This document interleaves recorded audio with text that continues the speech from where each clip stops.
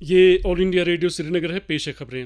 رامبن ضلع میں سری نگر جموں قومی شاہراہ پر رات دیر گئے مکرکوٹ کے نزدیک زیر تعمیر T3 آڈٹ ٹنل کا ایک حصہ ڈہ جانے سے جو 9 سے 10 مزدور ابھی بھی ٹنل میں پھنسے ہوئے ہیں، ان میں سے ایک کی لاش اب سے کچھ دیر پہلے برآمد کی گئی ہے۔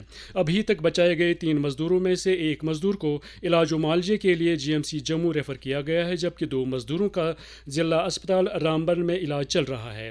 ضلع ترقیاتی کمشنر رامبن مسرت الاسلام نے شعبہ خبر کو بتایا کہ لاپتہ افراد کے بارے میں ابھی کچھ کہا نہیں جا سکتا۔ انہوں نے کہا کہ لگاتار پتھر گرانے کی وجہ سے بچاؤ اور امدادی کارروائی میں دقتیں آ رہی ہیں۔ ان سبھی مزدوروں کا تعلق ٹنل تعمیر کرنے والی سرلا کمپنی کے ساتھ ہے۔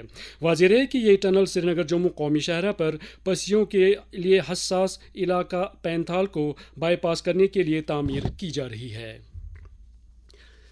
Chief secretary doctor Arun Kumar Mehta نے وزارتوں سے CSS کے تحت زیادہ سے زیادہ فنڈز تک رسائی حاصل کرنے اور جموں کشمیر میں مساوی اور جامع ترقی کے مقاصد کو پورا کرنے کے لیے زمینی سطح پر اسکیموں کے نفاذ کو بہتر بنانے پر توجہ مرکوز کرنے کے لیے کہا ہے۔ ان باتوں کا اظہار انہوں نے سال 2021-22 کے دوران CSS کے نفاذ کا جائزہ لینے اور سال 2022-23 میں CSS کی صلاحیت کو زیادہ سے زیادہ کرنے کے لیے روڈ میپ ترتیب دینے کی خاطر بلائی گئی متعلقہ عہدیداروں کی میٹنگ کی صدارت کرتے ہوئے کیا۔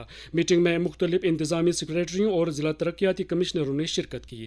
میٹنگ میں فائنانس سیکریٹری نے UT میں CSS کے نفاذ پر ایک مختصر پریزنٹیشن دیتے ہوئے بتایا کہ 2022-23 میں CSS کی BEs میں 2020-21 کے مقابلے میں تقریباً 50% اضافہ ہوا ہے۔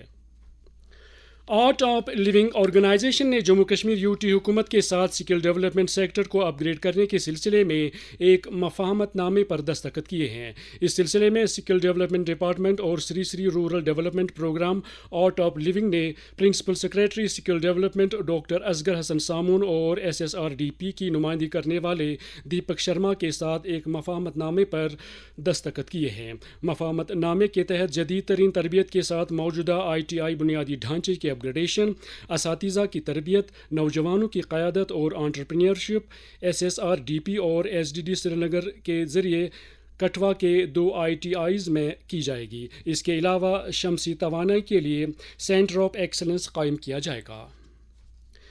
ریزیڈنسی روڈ سری نگر پر واقع پولیس اسٹیشن کوٹھی باغ کی عمارت دوران شب آگ کی ایک واردات میں خاکستر ہو گئی، تاہم پولیس اسٹیشن میں موجود اسلحہ کو بروقت باہر نکالا گیا۔ پولیس ذرائع کے مطابق آگ تقریباً شب 2 بجے عمارت کی اوپری منزل میں اچانک نمودار ہوئی۔ آگ بجھانے والے عملے نے سخت مشقت کے بعد آگ پر قابو پا لیا۔ آگ لگنے کی وجوہات کا پتہ لگایا جا رہا ہے۔ اس دوران IGP کشمیر نے نقصان کا تخمینہ لگانے کے لیے آج جائے واردات کا دورہ کیا۔ پروفیسر نیلوفر خان کو کشمیر یونیورسٹی کی نئی وائس چانسلر کی حیثیت سے تعینات کیا گیا ہے۔ اس سلسلے میں LG سیکریٹریٹ کی جانب سے کل باضابطہ ایک حکم نامہ جاری کیا گیا۔ پروفیسر نیلوفر خان کشمیر یونیورسٹی کی پہلی خاتون وائس چانسلر بن گئی ہیں۔ کپواڑہ ضلع کے کیرن گاؤں میں کنٹرول لائن کے متصل نیشنل کیڈٹ کارپس کی جانب سے منعقدہ اپنی نوعیت کا پہلا 10 روزہ تربیتی کیمپ کل اختتام پذیر ہو گیا۔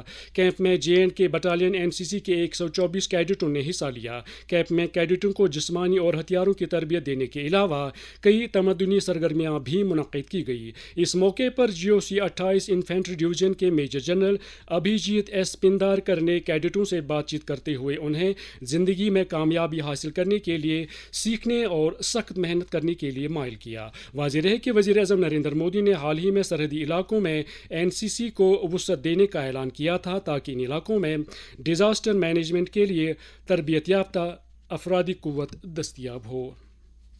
International centre for spiritual studies کی جانب سے کل Islamic university of science and technology Awantipora میں حضرت سید حسن منطقی رحمۃ اللہ علیہ کی زندگی اور دین کے موضوع پر ایک روزہ کانفرنس منعقد کی گئی۔ اس موقع پر مقررین نے سید حسن منطقی رحمۃ اللہ کی روحانی تعلیمات پر روشنی ڈالتے ہوئے اسکالروں اور طالب علموں پر زور دیا کہ وہ ان کی زندگی اور کام کا مطالعہ کریں تاکہ اسے نئی پود تک پہنچایا جا سکے۔ اس کے ساتھ ہی خبروں کا یہ بلیٹن ختم ہوا۔